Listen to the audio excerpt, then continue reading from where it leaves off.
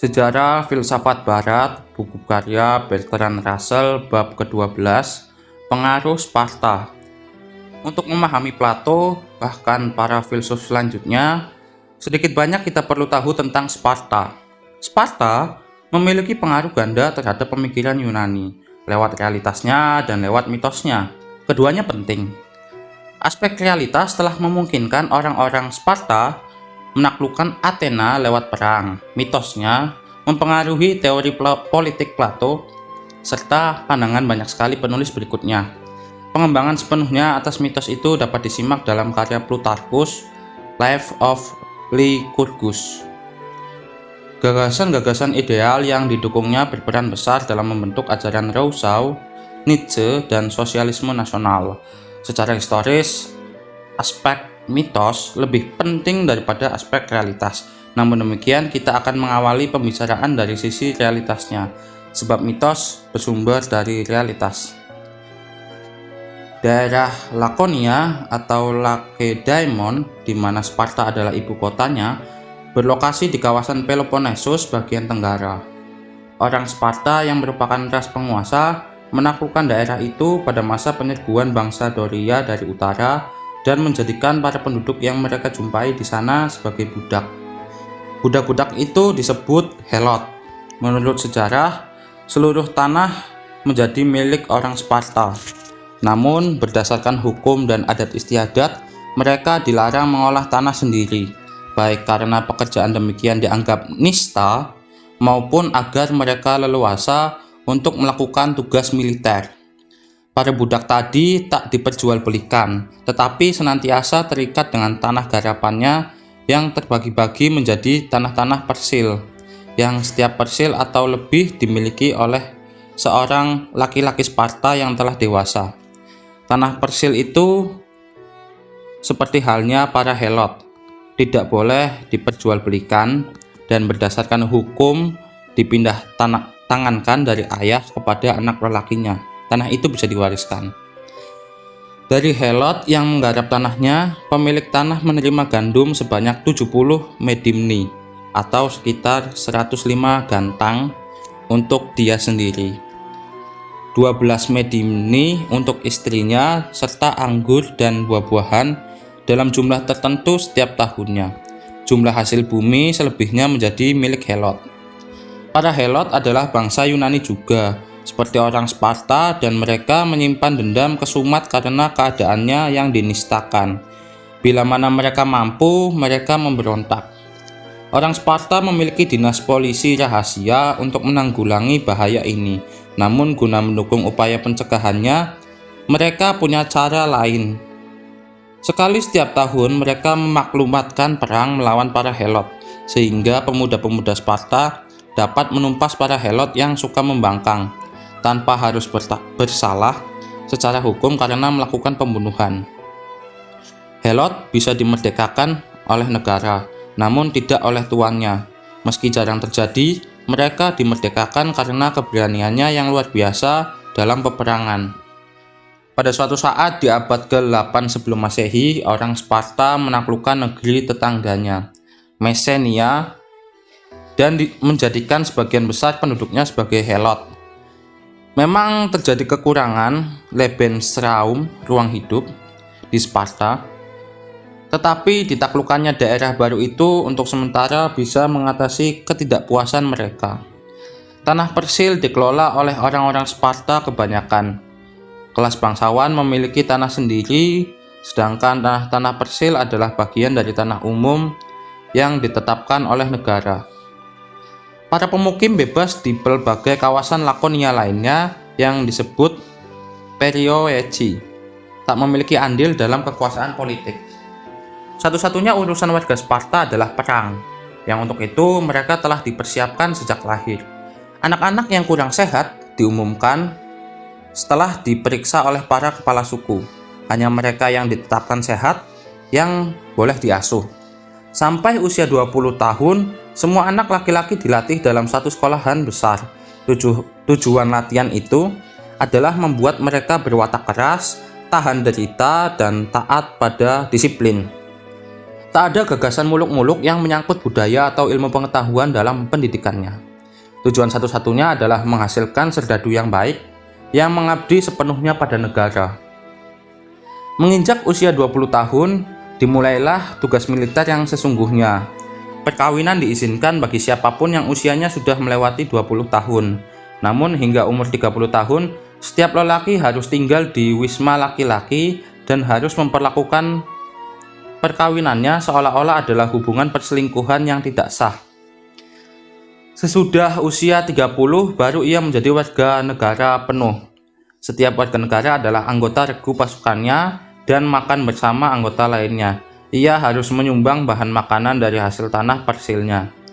Adalah termasuk prinsip negara bahwa warga Sparta tak boleh miskin, namun juga tak boleh kaya.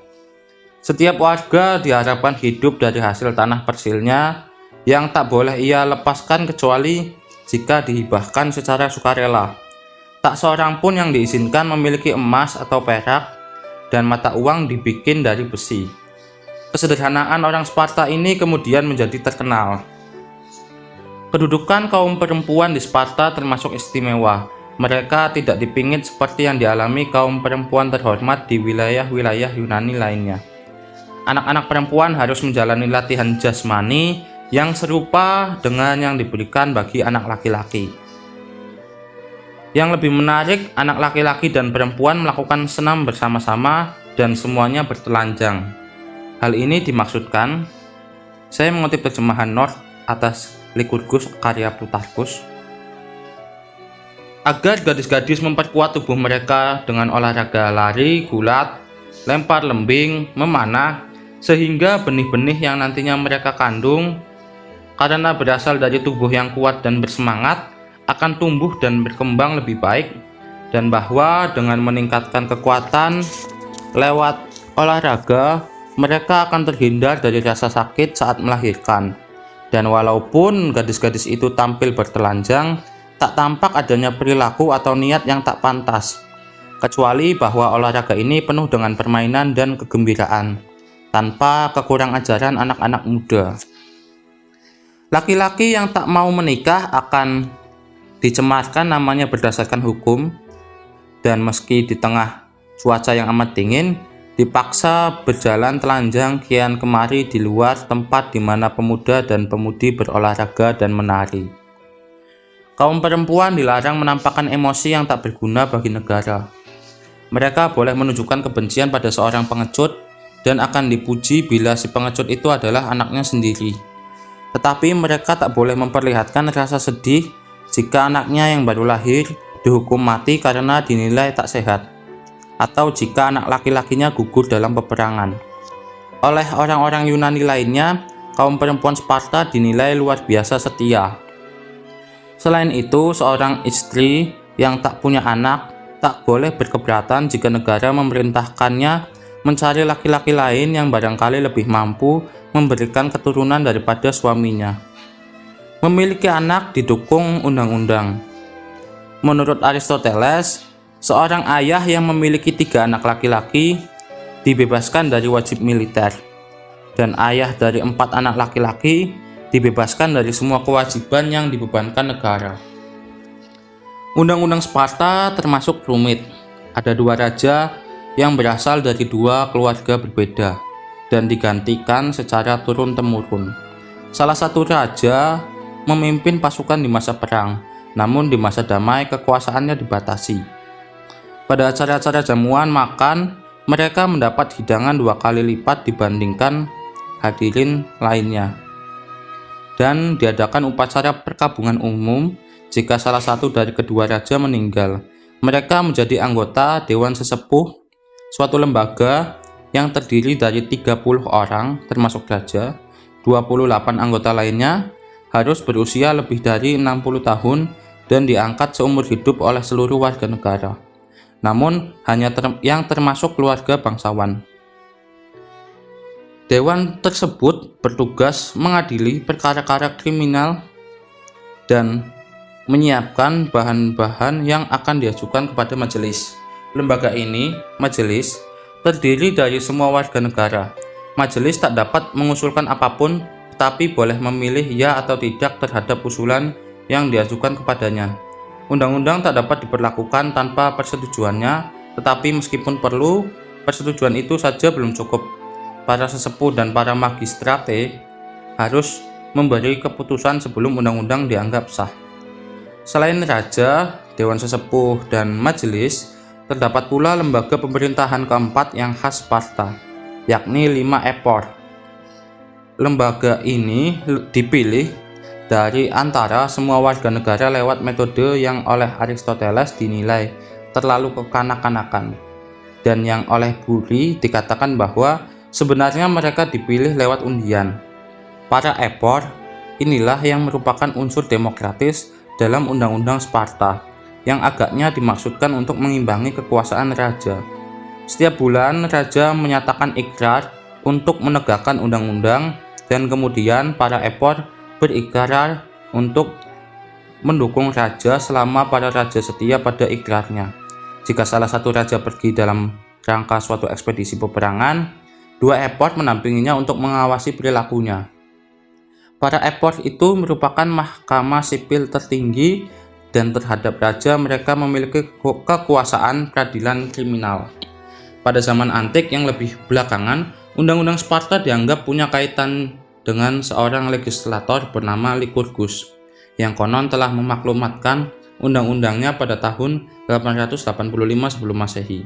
Sebetulnya sistem pemerintahan Sparta berkembang secara berangsur, sementara Lycurgus hanyalah tokoh mitos yang asal-usulnya adalah seorang dewa. Nama dia berarti penakluk serigala, dan daerah asalnya adalah Arkadia. Yang bagi kita agak mengherankan, Sparta dikagumi orang-orang Yunani lainnya. Pada mulanya, Sparta tak jauh berbeda dengan kota-kota Yunani lain jika dibanding apa yang terjadi nantinya. Semula Sparta menghasilkan para penyair dan seniman yang sama berbakatnya dengan kota-kota lain. Namun pada kira-kira abad ke-7 sebelum Masehi atau bahkan lebih belakangan, undang-undangnya yang secara keliru dikaitkan dengan Lycurgus berubah bentuknya menjadi seperti yang kita bicarakan. Segala hal lainnya dikorbankan demi kejayaan perang, dan Sparta tak ambil peranan dalam berbagai bidang di mana bangsa Yunani memberikan sumbangan bagi peradaban dunia. Bagi kita, negara Sparta adalah model negara dalam ukuran mini yang hendak didirikan Nazi. Sekiranya mereka menang, bagi orang Yunani justru tampak sebaliknya, seperti diungkapkan Bury. Seorang asing dari Athena atau Miletus yang pada abad ke-5 mengunjungi desa-desa yang bertebaran membentuk kota tak berdinding yang bersahaja itu akan merasa terbawa ke zaman yang jauh silam, ketika manusia lebih pemberani, baik dan sederhana, tak termanjakan oleh kekayaan, tak dirijihui oleh pelbagai pemikiran. Bagi seorang filsuf seperti Plato yang berpikir tentang ilmu politik, negara Sparta tampak sebagai ancangan yang terdekat dengan suatu ideal. Bangsa Yunani pada umumnya menilai hal itu sebagai struktur yang mengandung keindahan yang lugas dan sederhana. Kota bangsa Doria yang sama megahnya dengan kuil Doria lebih agung daripada tempat tinggalnya sendiri, namun kurang nyaman untuk ditempati. Satu alasan yang menyebabkan kekaguman bangsa Yunani lain terhadap Sparta adalah stabilitasnya. Semua kota Yunani lainnya pernah mengalami revolusi, namun Undang-Undang Sparta tetap tak berubah selama berabad-abad, kecuali terjadi peningkatan kekuasaan para epor secara berangsur, yang terjadi lewat cara yang sah tanpa kekerasan. Memang tak bisa diingkari bahwa selama periode yang panjang, bangsa Sparta telah berhasil mencapai tujuan utamanya, yakni terciptanya suatu ras yang terdiri dari para serdadu yang tak tertaklukkan. Pertempuran Thermopylae tahun 480 sebelum Masehi, meski secara teknis berakhir pada kekalahan, mungkin adalah contoh terbaik yang membuktikan keperwiraan mereka. Thermopylae adalah celah sempit di antara gunung-gunung, yang di situ diharapkan pasukan Persia akan bisa dilawan. 300 serdadu Sparta disertai pasukan cadangan berhasil memukul mundur serangan yang datang dari depan. Namun kemudian serdadu Persia berhasil menemukan jalan melingkar di antara pegunungan dan menggempur tentara Yunani dari depan dan belakang sekaligus. Satu demi satu serdadu Sparta gugur di posnya masing-masing. Dua serdadu tak turut berperang karena cuti sakit, menderita penyakit mata yang untuk sementara menyebabkannya hampir buta. Salah satu dari keduanya memaksa budaknya agar menuntun dia ke medan laga, di mana akhirnya dia gugur. Satunya lagi, Aristodemus, memutuskan bahwa dirinya terlampau lemah untuk berlaga dan tak nekat pergi bertempur. Ketika ia kembali ke Sparta, tak seorang pun mau menegurnya. Ia diperolok sebagai Aristodemus si pengecut. Setahun berikutnya, ia menebus aibnya dengan kematian yang gagah berani dalam pertempuran di Plataea, di mana pasukan Sparta unggul. Sesudah pertempuran, orang Sparta mendirikan tugu peringatan di medan perang Thermopylae. Wahai orang asing, katakan pada orang-orang Lakedaimon bahwa kami berbaring di sini untuk mematuhi perintah mereka. Selama kurun waktu yang panjang, bangsa Sparta membuktikan dirinya tak tertaklukkan di daratan. Mereka mempertahankan keunggulannya itu hingga tahun 371 sebelum Masehi. Saat mereka dikalahkan oleh orang Tebes pada perang di Leuctra, inilah akhir dari kejayaan militer mereka. Selain aspek peperangan, pada kenyataannya Sparta tak benar-benar sesuai dengan teori yang termaktub dalam undang-undangnya. Herodotus yang hidup pada masa kejayaan Sparta memberikan pernyataan yang mengejutkan bahwa tak ada seorang Sparta yang bisa menolak suap. Ini menyimpang dari fakta bahwa sikap memusuhi kekayaan dan cinta terhadap hidup sederhana adalah salah satu prinsip utama yang ditanamkan dalam pendidikan bangsa Sparta.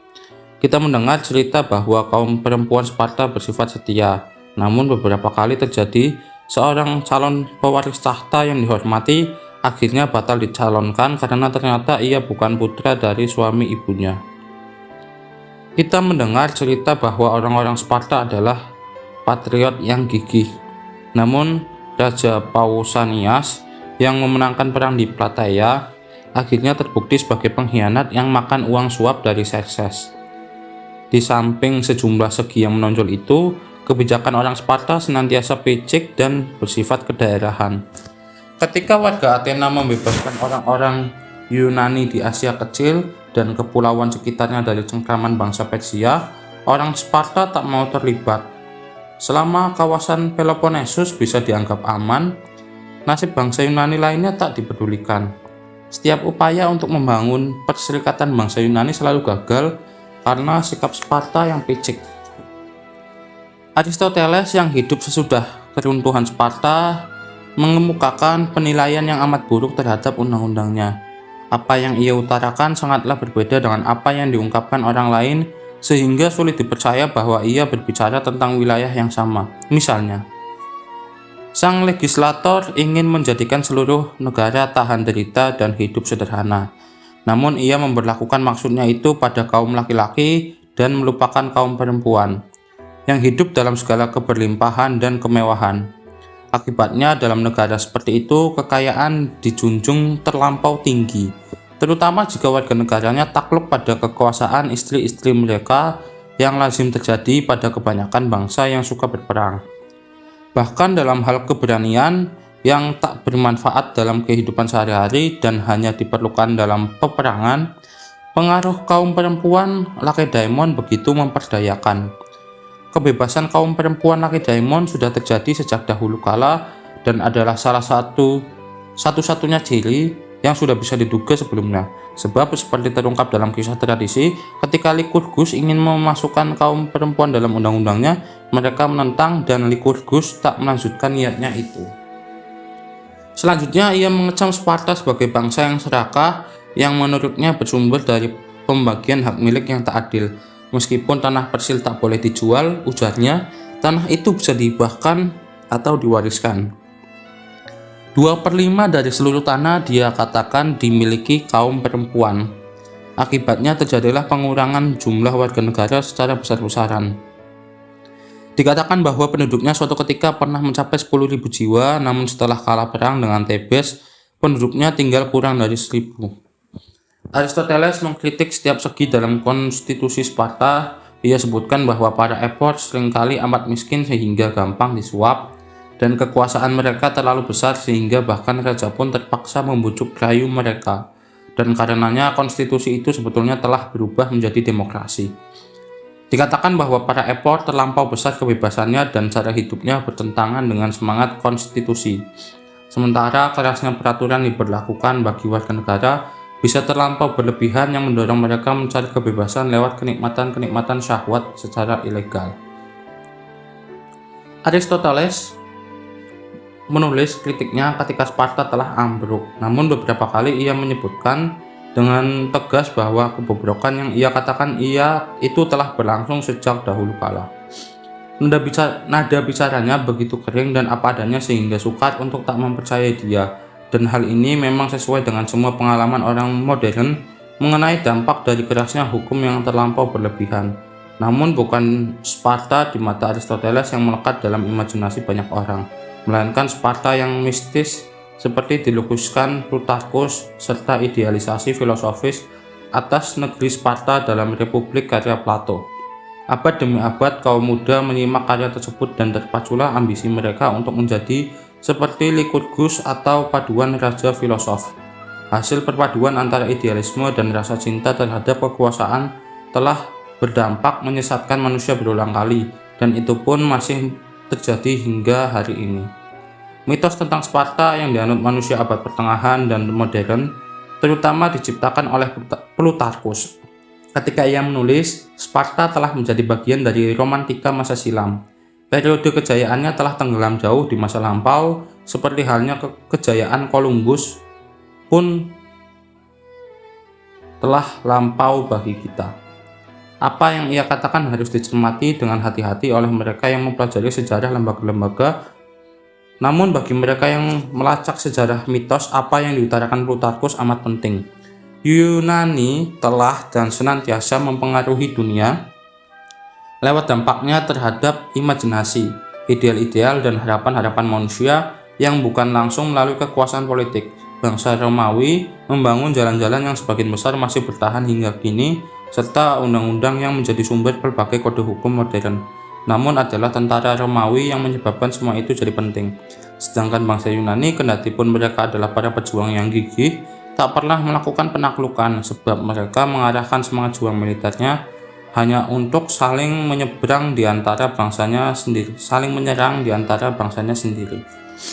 Barulah Alexander yang semi barbar yang akhirnya menyebarluaskan Helenisme ke seantero wilayah timur dekat dan menjadikan bahasa Yunani sebagai bahasa literer di Mesir, Syria, dan daerah-daerah pedalaman Asia Kecil. Bangsa Yunani tak pernah menuntaskan tugas demikian itu, bukan karena kekuatan militer mereka lemah, namun karena ketidakmampuan menciptakan persatuan politik. Kendaraan politik Helenisme senantiasa non-Helenis, namun adalah para jenius Yunani yang amat mengilhami bangsa-bangsa asing yang kemudian menyebarluaskan budaya dari bangsa yang telah mereka taklukkan itu. Yang penting bagi sejarawan dunia bukanlah peperangan yang remeh-temeh antara kota-kota Yunani atau pertikaian yang licik demi memenangkan golongannya sendiri, namun kenangan yang tetap melekat dalam ingatan umat manusia ketika episode singkat itu berakhir, seperti ingatan tentang cemerlangnya matahari terbit di pegunungan Alpen di saat para pendaki gunung berupaya keras melampaui hari-hari sulit yang penuh badai dan salju. Kenangan ini meski kian mengabur telah menggoreskan dalam batin manusia citra tentang puncak-puncak tertentu yang pernah gemilang oleh pijar yang mempesona di tengah cahaya pagi dan menyingkapkan pengetahuan bahwa di balik gugusan mendung masih juga ada pesona yang di suatu ketika bisa terpampang jelas keindahannya. Mengenai hal ini, Plato adalah tokoh terpenting untuk zaman Kristianitas awal. Aristoteles untuk masa kejayaan gereja abad pertengahan, namun sesudah Renaissance, ketika manusia mulai menghargai kebebasan politik adalah pandangan Plutarchus yang dijunjung tinggi. Ia sangat mendalam pengaruhnya atas kaum liberal Inggris dan Perancis abad ke-18 serta para pendiri negara Amerika Serikat. Ia mempengaruhi gerakan romantik di Jerman dan terus mempengaruhi terutama lewat saluran tak langsung pemikiran Jerman hingga hari ini. Dalam beberapa segi pengaruhnya baik, beberapa segi lainnya buruk. Sejauh berkaitan dengan Lycurgus dan Sparta, pengaruhnya buruk. Apa yang ia kemukakan mengenai Lycurgus mengandung nilai penting dan saya bermaksud membicarakannya secara ringkas. Meski dalam beberapa hal pengulangan memang tak terhindarkan. Sebagaimana diutarakannya Plutarchus, sesudah Lycurgus berniat untuk menyusun undang-undang bagi Sparta, ia lantas melancong kemana-mana demi mempelajari berbagai macam institusi. Ia menyukai undang-undang di Kreta yang sangat lugas dan sederhana, namun tak menyukai undang-undang Ionia yang mengandung hal-hal yang berlebihan dan tak berguna. Di Mesir, ia mempelajari manfaat dipisahkannya golongan serdadu dari golongan masyarakat lainnya, dan sekembalinya dari pelancongan ia lantas mempraktikannya di Sparta dengan mengelompokkan kaum pedagang, tukang, dan buruh menjadi golongan-golongan tersendiri. Berarti ia mendirikan suatu negara persemakmuran bangsawan. Ia membagi-bagi tanah secara merata di antara semua warga Sparta dengan tujuan menghapus dari kota segala masalah kekurangan, kecemburuan, keserakahan, dan kemanjaan hidup, dan juga segala bentuk kekayaan dan kemiskinan. Ia melarang mata uang emas dan perak dan hanya memperbolehkan mata uang dari besi yang nilainya begitu kecil sehingga untuk menyimpan uang senilai 10 minae akan membutuhkan ruangan satu gudang penuh. Dengan cara ini, ia menghapus segala bentuk ilmu pengetahuan yang tak berguna dan tak menguntungkan, sebab tak ada cukup uang untuk membayar para guru, dan dengan undang-undang yang sama, ia menutup kemungkinan adanya perdagangan dengan luar negeri. Para ahli pidato, pialang, dan pedagang permata sebab tak menyukai mata uang besi, tak bersedia datang ke Sparta. Selanjutnya, ia mewajibkan semua warga negara makan bersama-sama dan mengkonsumsi jenis makanan yang sama. Seperti semua pembaharu lainnya, Lycurgus berpendapat bahwa pendidikan anak-anak adalah persoalan paling utama dan mendasar yang harus diatur oleh seorang pembaharu hukum. Dan seperti semua orang yang tujuan utamanya adalah mewujudkan kekuatan militer, ia berusaha mengatur jumlah rata-rata kelahiran. Permainan, olahraga, dan tari-tarian yang dilakukan gadis-gadis secara telanjang di depan para pemuda adalah pancingan untuk menarik dan memikat para pemuda untuk menikah. Bukan terdorong oleh alasan-alasan geometris seperti yang dikatakan Plato, melainkan terbujuk ke arah itu karena suka dan karena rasa cinta. Kebiasaan memperlakukan perkawinan pada sekian tahun pertama seolah-olah itu adalah hubungan gelap adalah untuk menjaga agar cinta tetap membara di kedua pihak dan menciptakan gairah baru antara satu dengan yang lain. Demikianlah setidaknya pendapat Plutarchus. Selanjutnya ia memaparkan bahwa seorang pria tak dianggap berperangai buruk jika karena sudah tua namun mempunyai istri berusia muda, lantas mengizinkan pria lain yang lebih muda untuk memperoleh anak dengan istrinya itu. Menurut hukum sah juga jika seorang pria baik-baik mencintai istri pria lain, tak akan menyebabkan suaminya tak senang karena mengajak tidur istrinya, dan ia mungkin pula membajak tanah yang subur itu serta menebarkan benihnya yang akan melahirkan anak-anak yang sehat. Tak akan ada rasa cemburu yang bodoh sebab Lycurgus tak ingin jika anak-anak dianggap milik pribadi siapapun, melainkan hendaknya anak-anak itu menjadi milik bersama demi kesejahteraan bersama. Dengan alasan itu, ia pun menghendaki bahwa mereka yang nantinya menjadi warga negara bukanlah keturunan dari sembarang orang, melainkan hanya berasal dari para pria yang jujur saja. Ia pun menjelaskan bahwa ini adalah prinsip yang juga diterapkan para petani terhadap ternak piaraannya. Ketika seorang anak lahir, si ayah membawa anak itu ke hadapan sesepuh keluarganya untuk diteliti. Jika anak itu sehat, ia dikembalikan pada ayahnya untuk diasuh. Jika tak sehat, ia dilempar ke sumur yang dalam. Sejak dini, anak-anak wajib menjalani proses yang keras untuk memperkuat dirinya, yang dalam beberapa segi memang baik. Umpamanya, mereka tidak dibebat dengan kain bedung.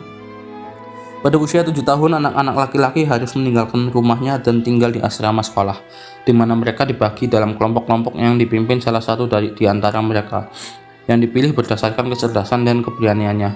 Mengenai pelajaran, mereka harus memenuhi kewajibannya sendiri. Waktu selebihnya mereka pergunakan untuk belajar patuh, tahan derita, mampu bekerja keras, unggul dalam pertempuran. Pada umumnya mereka bermain telanjang bersama-sama. Setelah usia 12 tahun, mereka tak berbaju, mereka selalu tampak jembel dan acak-acakan, dan dalam setahun mereka tak pernah mandi kecuali hanya hari-hari tertentu. Mereka tidur beralas onggokan jerami yang di musim dingin mereka campur dengan daun-daunan. Mereka diajari mencuri dan jika tertangkap mereka dihukum. bukan karena mencurinya, namun karena tolol. Cinta sesama jenis baik lelaki maupun perempuan adalah kebiasaan yang lazim di Sparta dan mendapat pengakuan pula dalam pendidikan anak-anak dewasa. Pacar seorang anak laki-laki mendapat pujian atau celaan karena tindakan si anak laki-laki itu. Plutarchus mengatakan jika sekali-kali seorang anak lelaki menjerit karena merasa sakit dalam perkelahian, pacarnya kena denda disebabkan kecengengan anak itu. Dalam berbagai segi kehidupan orang Sparta, sedikit sekali ada kebebasan. Disiplin dan peraturan hidup tetap saja berlanjut. Sesudah mereka dewasa sepenuhnya, sebab hukum tak memperbolehkan siapapun untuk hidup menurut kehendak sendiri, melainkan harus tunduk pada peraturan kota, seolah mereka hidup dalam sebuah camp, di mana setiap orang tahu kelonggaran apa yang boleh ia kerjakan, dan sebaliknya juga kewajiban apa yang harus ia kerjakan sesuai perintah.